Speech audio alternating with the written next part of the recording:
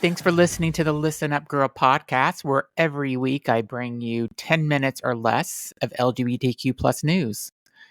This week we're starting in Colorado. We're the only lesbian bar that was in Colorado that opened back in 2012 has decided to serve its last drink to its customers. It has closed their doors. In recent years, the name of the bar is Blush and Blue. It attracted some negative attention for the alleged failure to compensate employees fairly. And there was also reports from employees that it was a hostile work environment. So 3 employees that sued the bar back in 2021 alleged mistreatment and underpayment of queer and transgender workers. However, back in 2023, both the plaintiffs and the defendants have agreed to dismiss all claims. So there has been a huge resurgence of lesbian bars since COVID that I reported on last week, and it's called the Lesbian Bar Renaissance.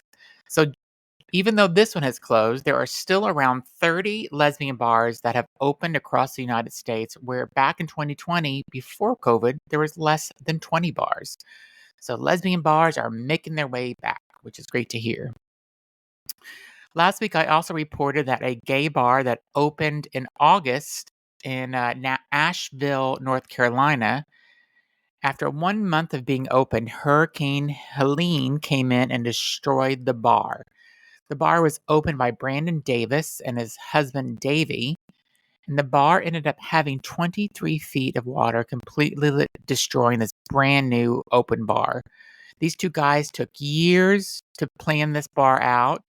They were so excited about it. They spent over $200,000 getting loans.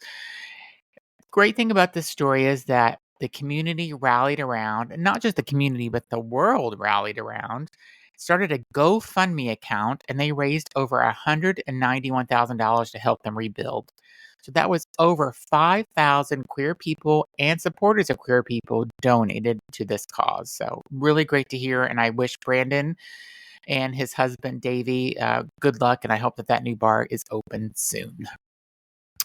For the first time ever, the Democrat National Committee has invested in an advertising campaign dedicated entirely to LGBTQ plus publications in large metropolitan areas, and of course, they're targeting key battleground states.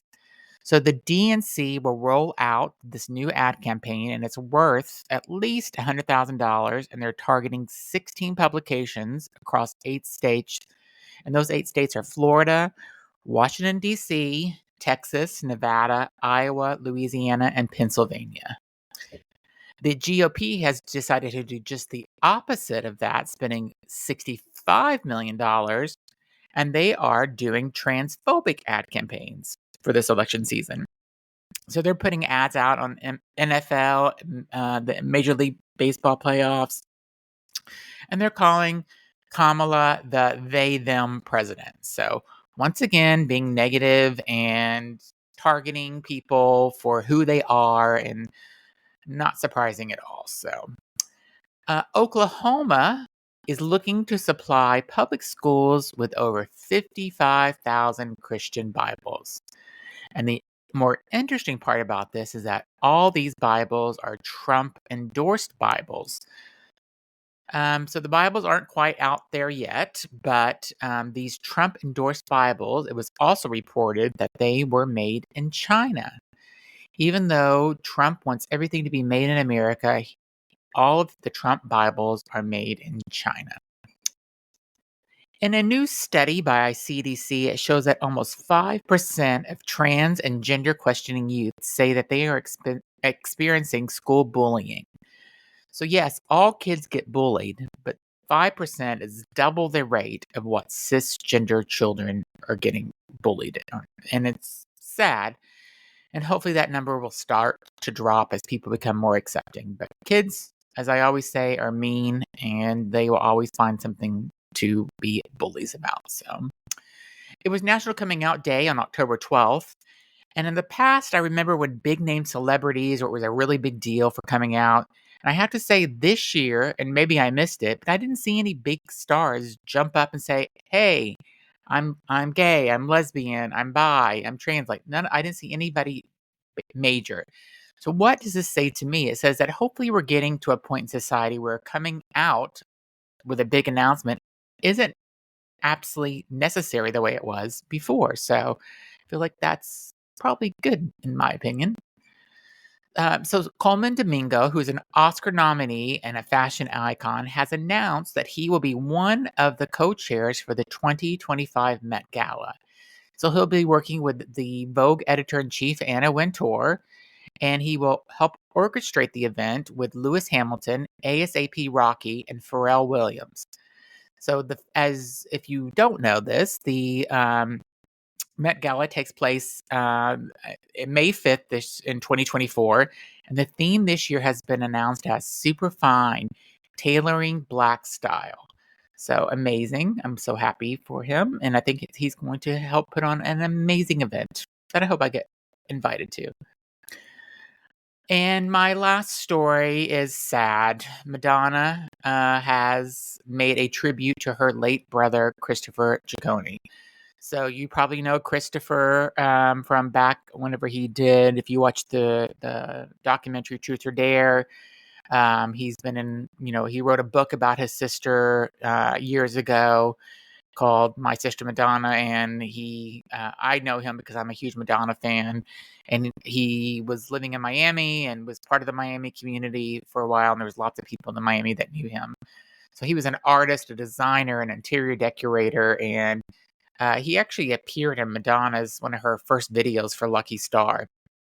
He created the artwork for the Like a Prayer album, and in a post, Madonna actually kind of gave some detailed history on how much she loved her brother and showed some photos of him. And she basically said, it's hard to explain our bond. She said that, but it grew out of an understanding that we were different and society was going to give us a hard time for not following the status quo. She talked about how they grew up in a small Midwestern town and